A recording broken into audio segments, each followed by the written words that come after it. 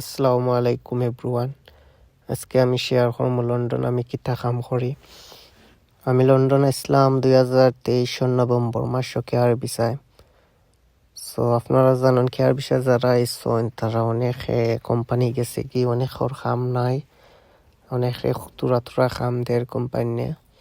But আমার company আমার first hour পরে কাম দিছে না। তারা কইছিল আমি ড্রাইভিং পাস করতে পারলে আমার ফুল টাইম কাম দিব। তারপরে আমি প্রথম 7 মাস আমি ড্রাইভিং শিখছি, শেখার পরে আমারে এখন ফুল টাইম কাম দেয় তারা। সো আমি অ্যাকচুয়ালি থাকি যে টাউনও, এই টাউন থেকে 40 মিনিট ড্রাইভ কইরা যাওয়া লাগে আমার খামরিন। সো আর টাউনও কাম দিছে আমার ফুল টাইম কাম দেয়। সো নর্মালি আমার কাম স্টার্ট হয় সকাল 6টার বাদে 6:30 হলা।